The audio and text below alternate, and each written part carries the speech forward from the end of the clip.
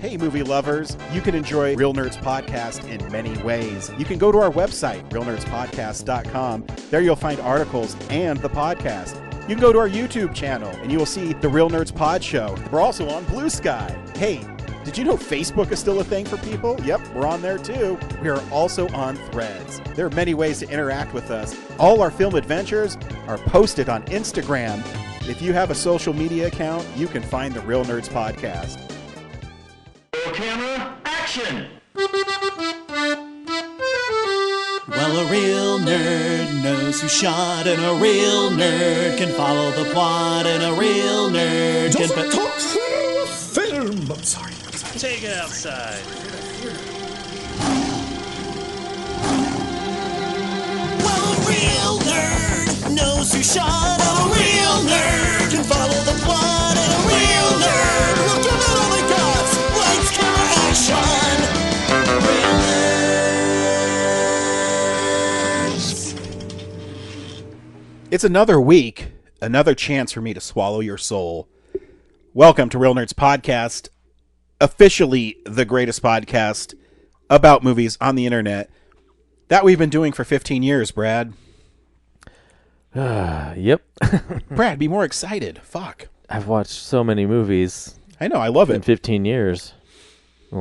I do still love the watching movies. Nothing is more exciting to me. Why can't other people get into that? I don't know. Why are we such an anomaly? Right? I get really excited because it's 2 weeks for Spider-Man. I feel like sometimes things come up Millhouse, and for me that's like comes out well for me. So I have an Evil Dead movie, then in 2 weeks I have Spider-Man. Or is it 3 weeks? It's one of them. Maybe it's 3. Yeah, Hollywood's really been looking out for you. It is 3 weeks because we have Odyssey next week, and then a week off, and then it'll be Spidey. Yeah. So this week we saw Evil Dead Burn. Stay tuned. We'll recommend the film or not, play the trailer, and then spoil it. We do have movie news this week, and we'll talk about what we watched. We really appreciate everybody that's been on this journey with us. Thanks for sticking around, as we have been really bad at posting episodes. We have our real life is getting in the way a lot, but hopefully after summer it'll calm down because you have a 40-hour film coming up. I do. So you got to start prepping for that, and you've been working on other projects. Yeah, so trying to finish my Esquire movie. I drove by the Esquire last week, and it's really fucking depressing. Yeah, it is. They still have the sign up. Yeah. But the marquee where they put the titles is painted over beige. Yep. And there's graffiti all over the building. Yeah. They're constantly they're really good about like covering it up, but it's just it definitely wasn't covered up when I drove by. They keep getting hit over and over again. What fucking assholes. And it's been 2 years now. Like, develop it or like leave it at a theater. So I had this idea if I ever won Powerball, which I started buying tickets. I was going to buy the Esquire.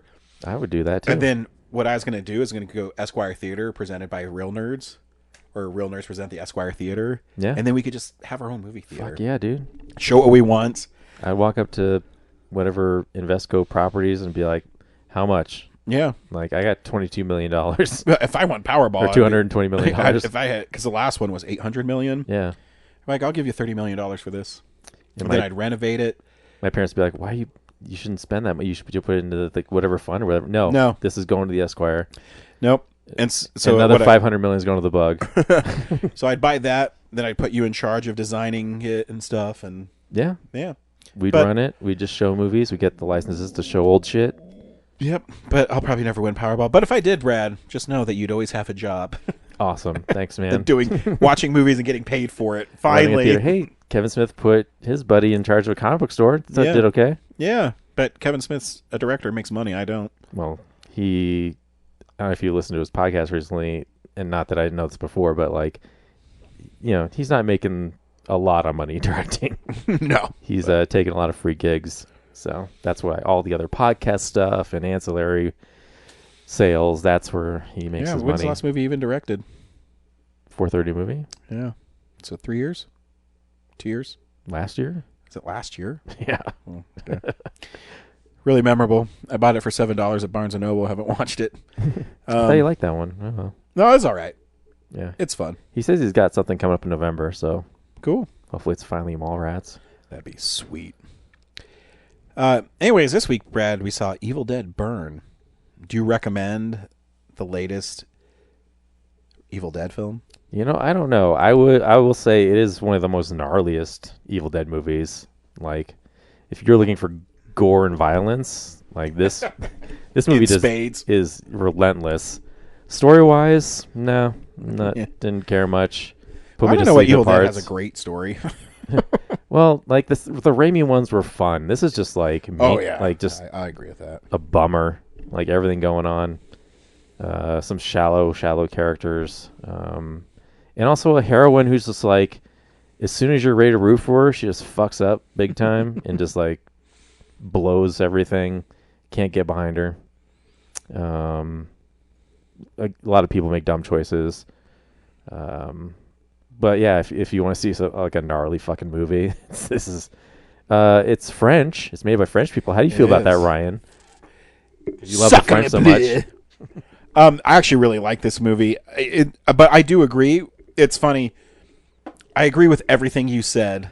But you still love it. But at the same time, there's a part of me that just enjoys the punishment, I guess.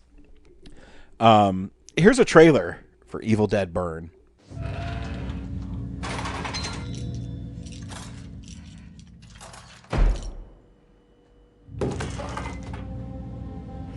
Alice? What's wrong? What happened?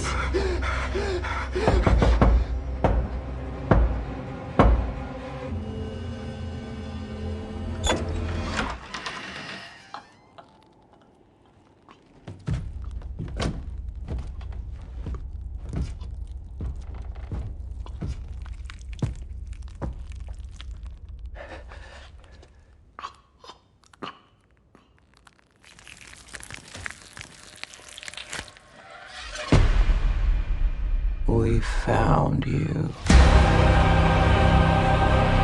William, my sweet boy.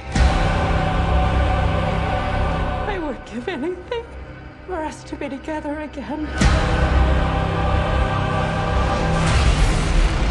Our grandfather believed the devil would return if anyone read from the Book of the Dead. Calm down.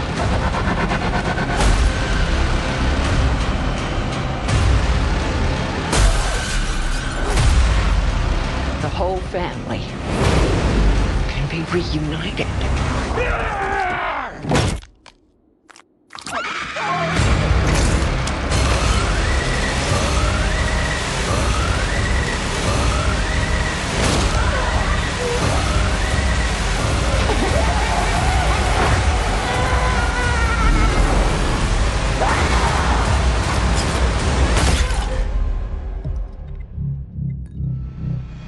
Cheers to your perfect family.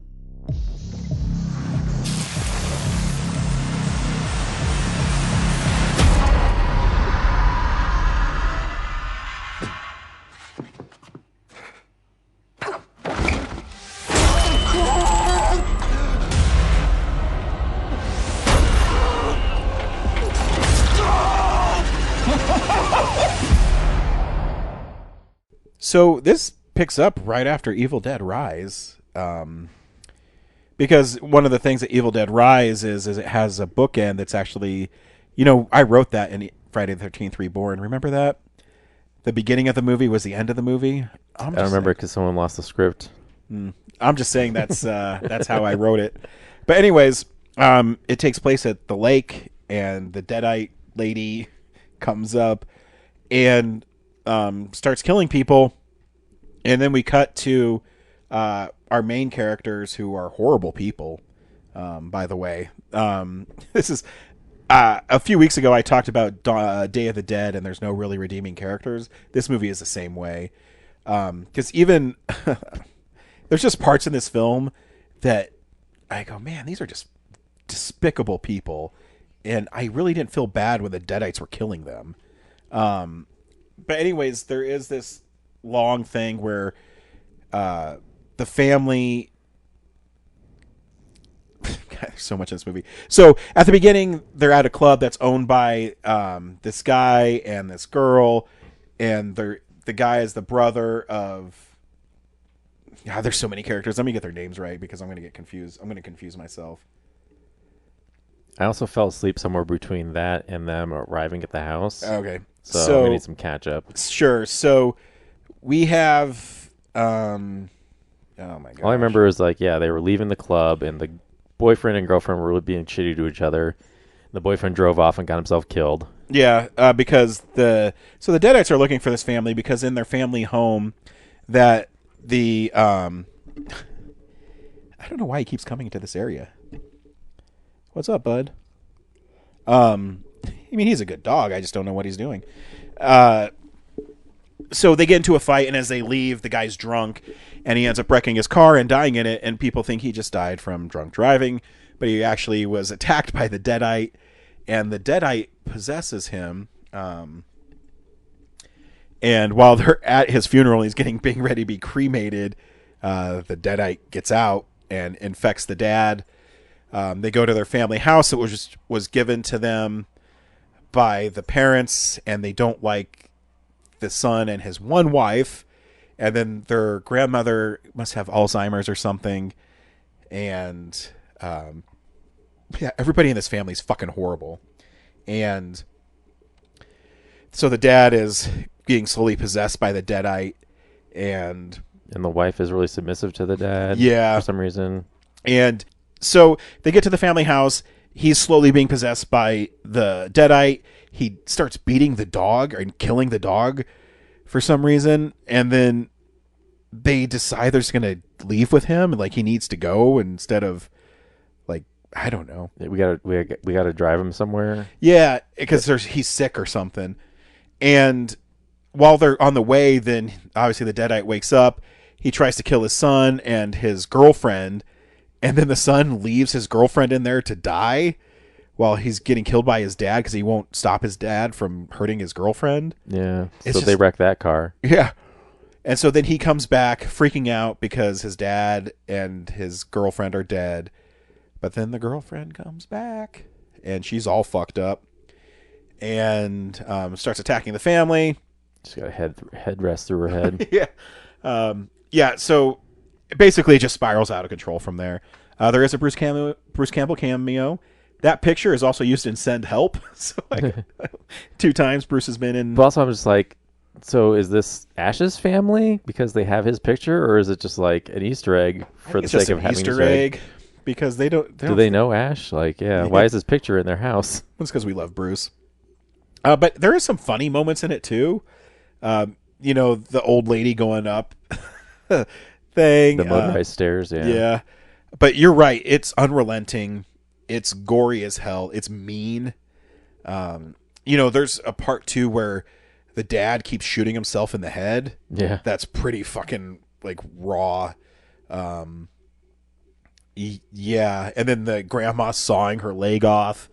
But yeah, the one character moment and I really didn't like is the stupid wife when the dad was, like, floating outside the upstairs and she says, yeah, okay. And she opens and lets him in. Yeah.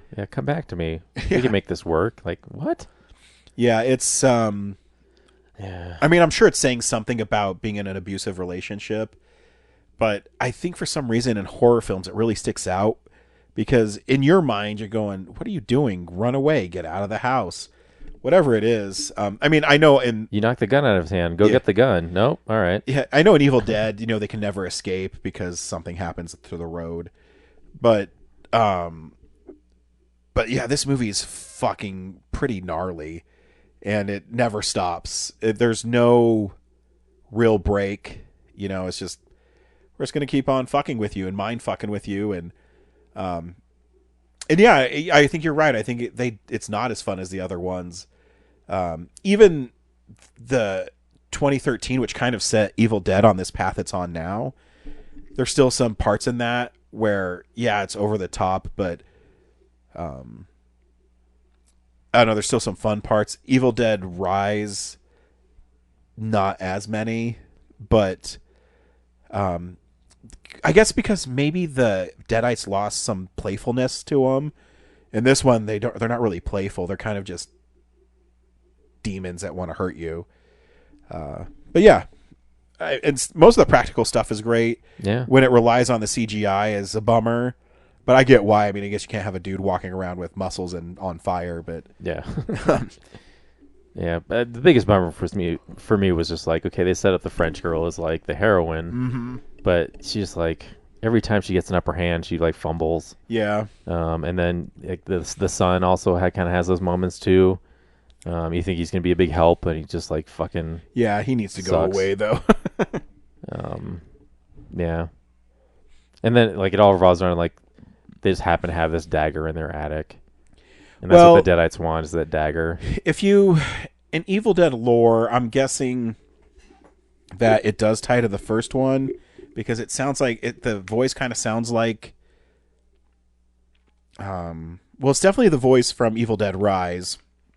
So who's ever recording the stuff is the archaeologist or whatever looking or trying to stop the Deadites, because that's why they're attacking the family, is because they have this dagger. Yeah. And I mean, that scene was really cool where she crawled up through the ceiling through the bathroom and the Deadites kept on popping up.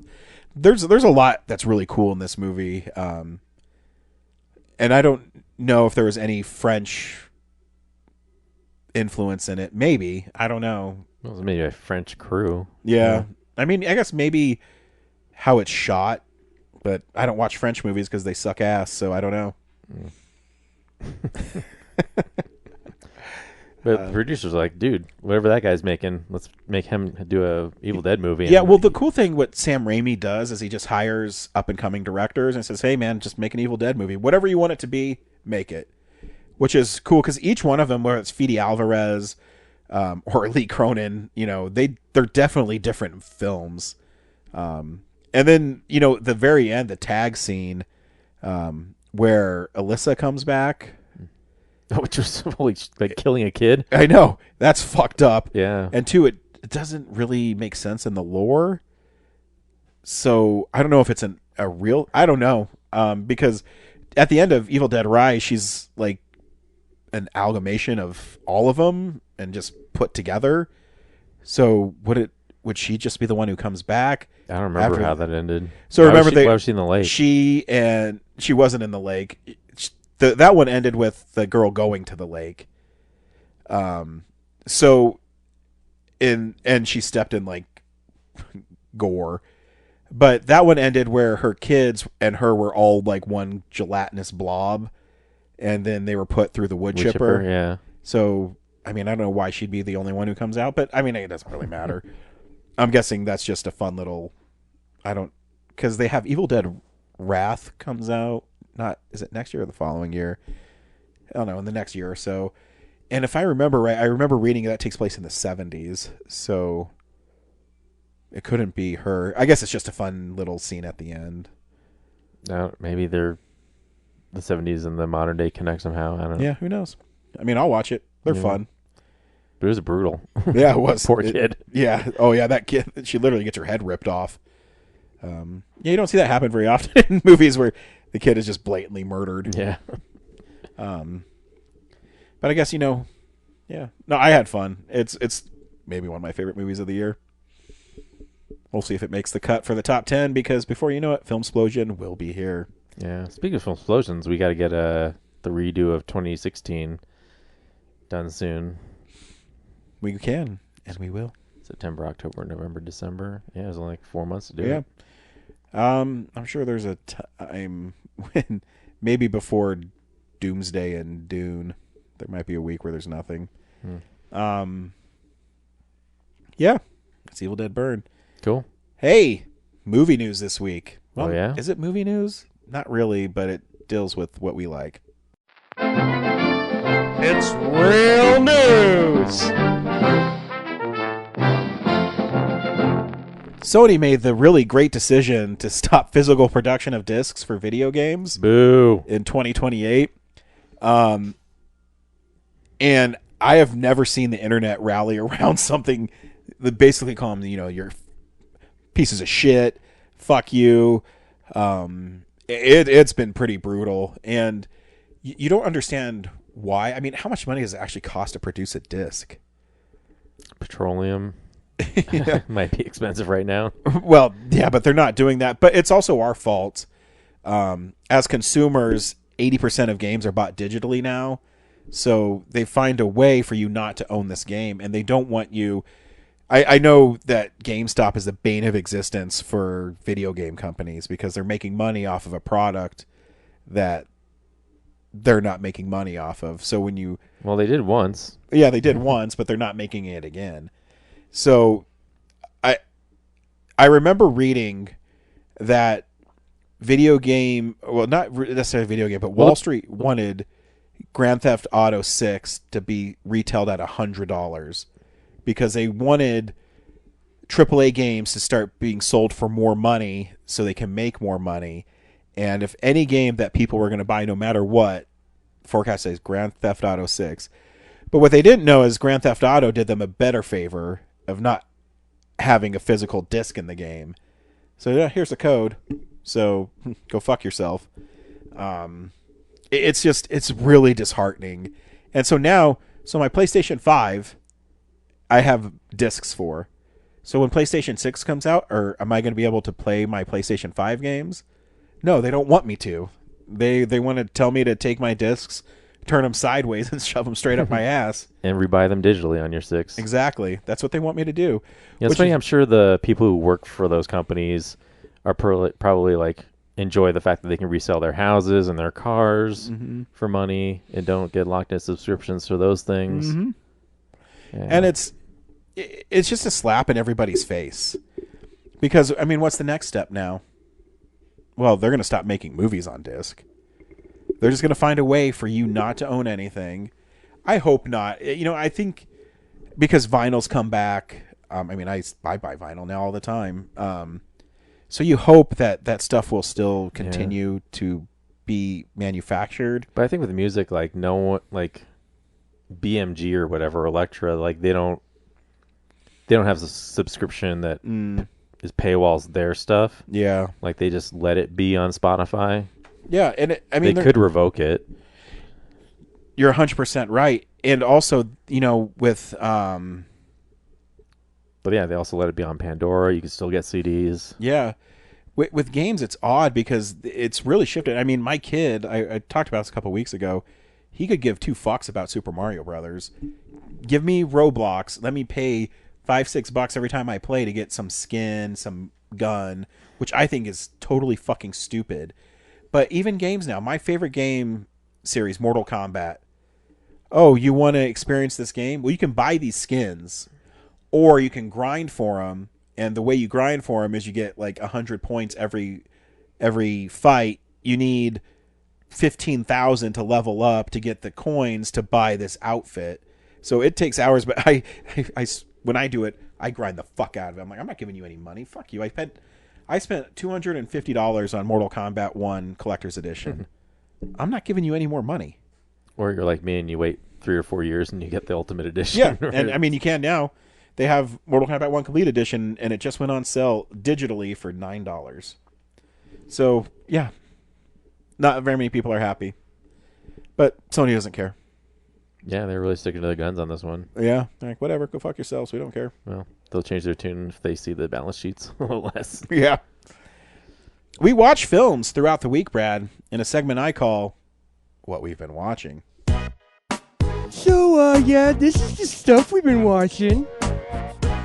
This week, I got to see Inception in the theater again. Oh, that'd be fun. Haven't seen that movie in a while. And, yeah, it's still pretty good. Yeah, like that. Theater is the best place to watch Nolan's spectacle. Cobb, Leonardo DiCaprio's character, has a team of guys, and they get hired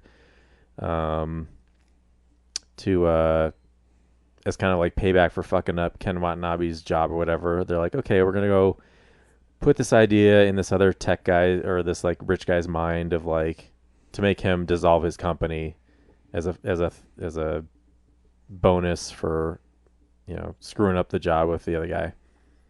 And then they have like these 3 or 4 layers of going into this guy's mind and like doing all this stuff. And by the end, you're like, oh, is he still like in a layer or is he not with the whole top thing?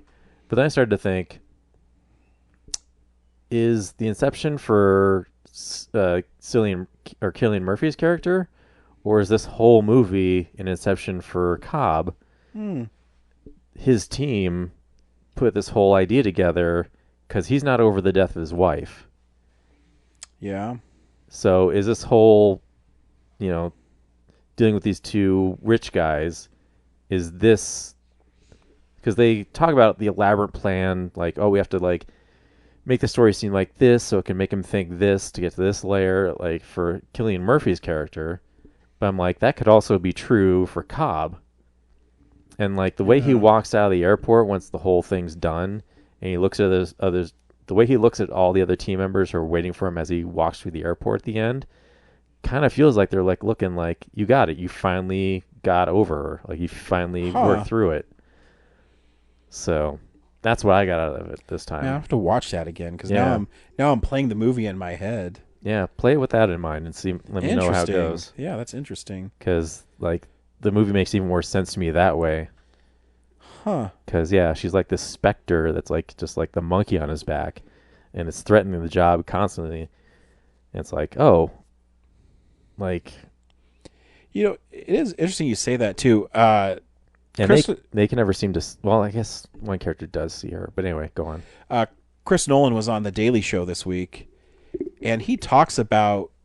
after Memento came out, he told people, hey, this is what happens in this movie.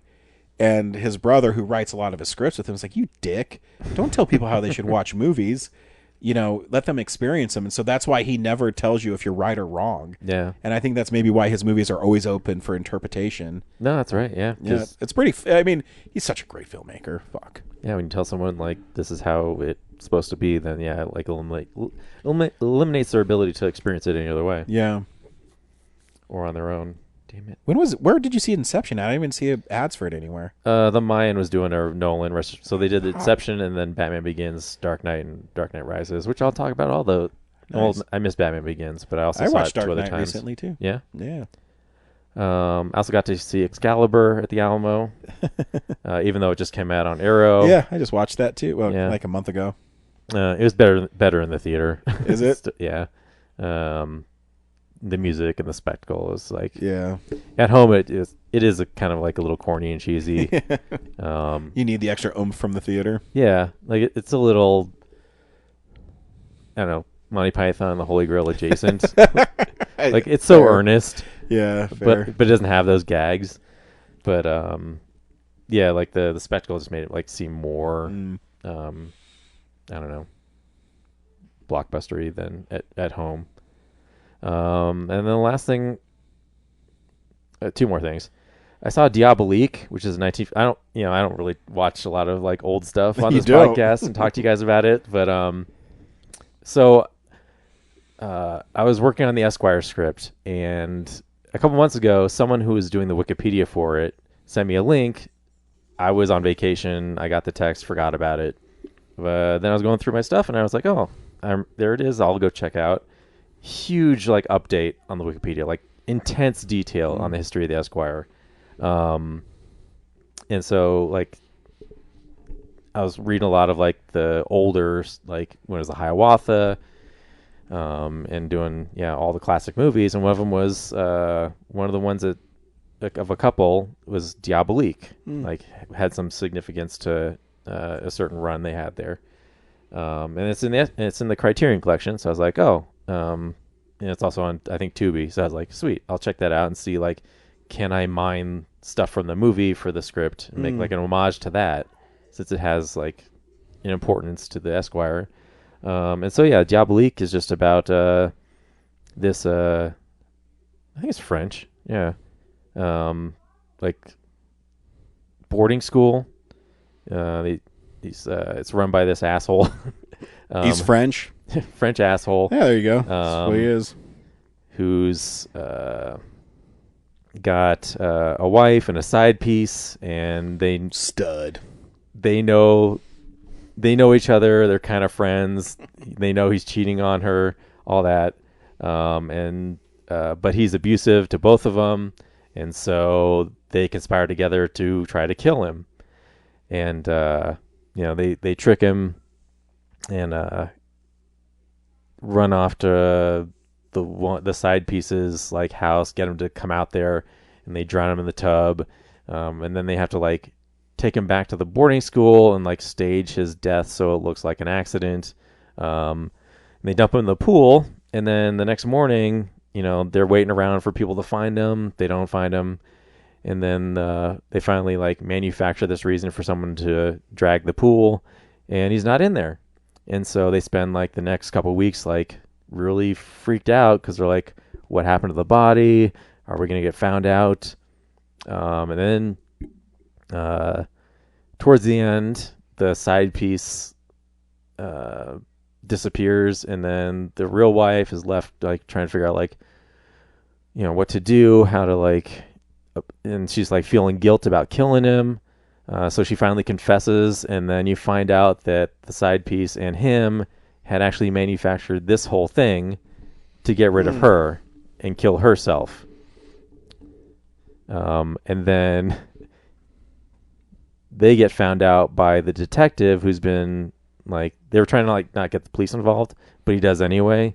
And so he's snooping around, and after she kills herself, he reveals that he knows that the plot was to get her killed.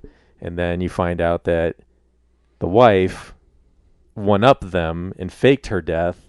So they got arrested, and she's off, enjoying everything. The French Riviera.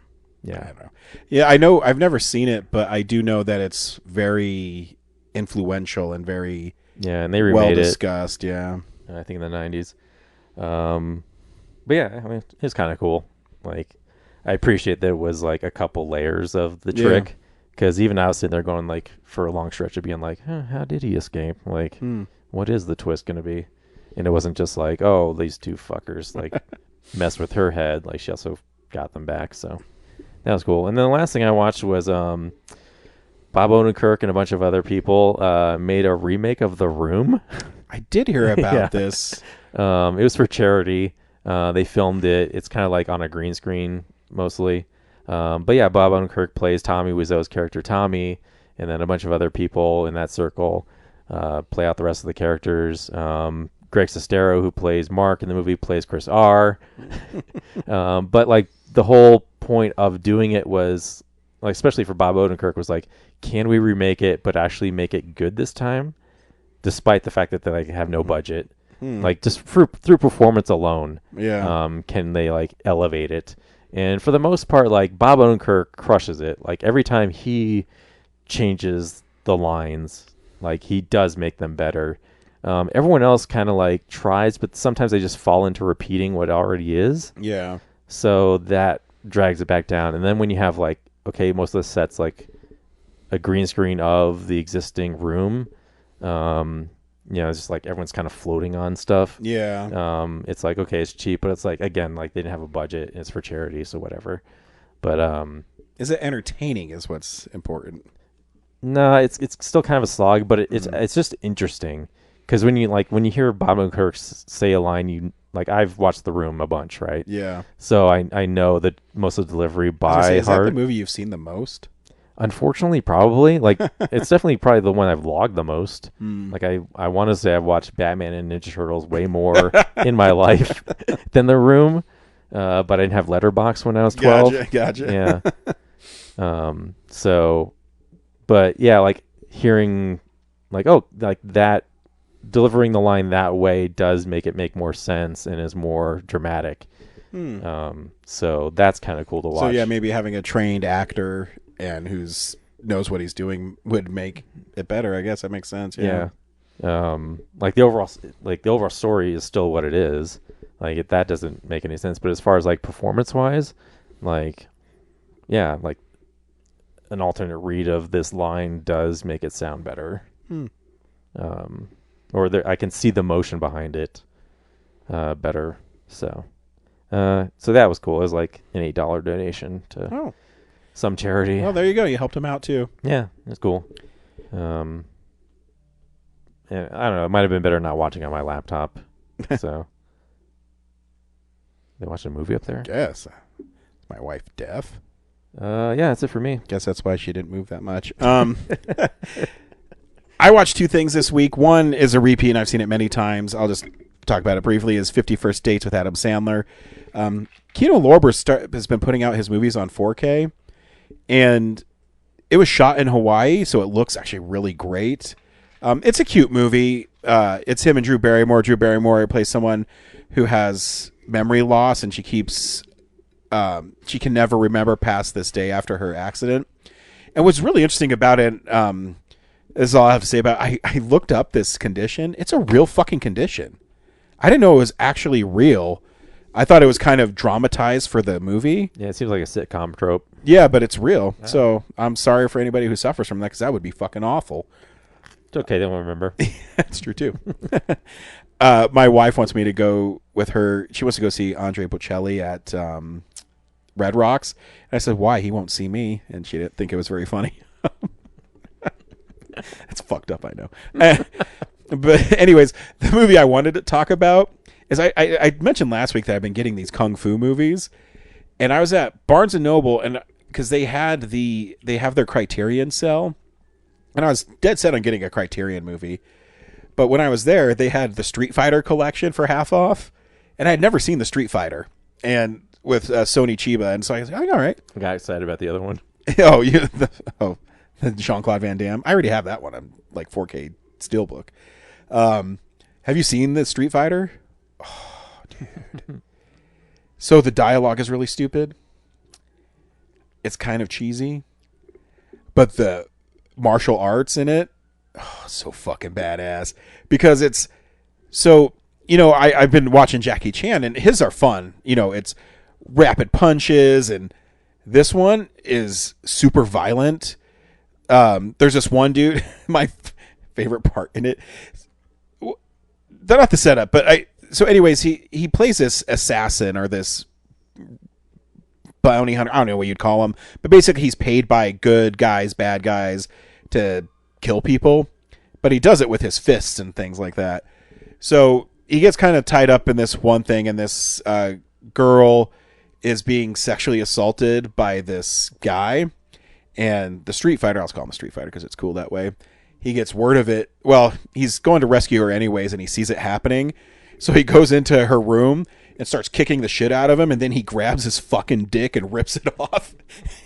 and this is, I'm guessing where Mortal Kombat got their x-rays from, because in this one fight, he's fighting these dudes, and he'll chop their head, and it'll do an x-ray of their skull, like fracturing and stuff. So it's super violent. And he rips people's throats out. It's fucking awesome.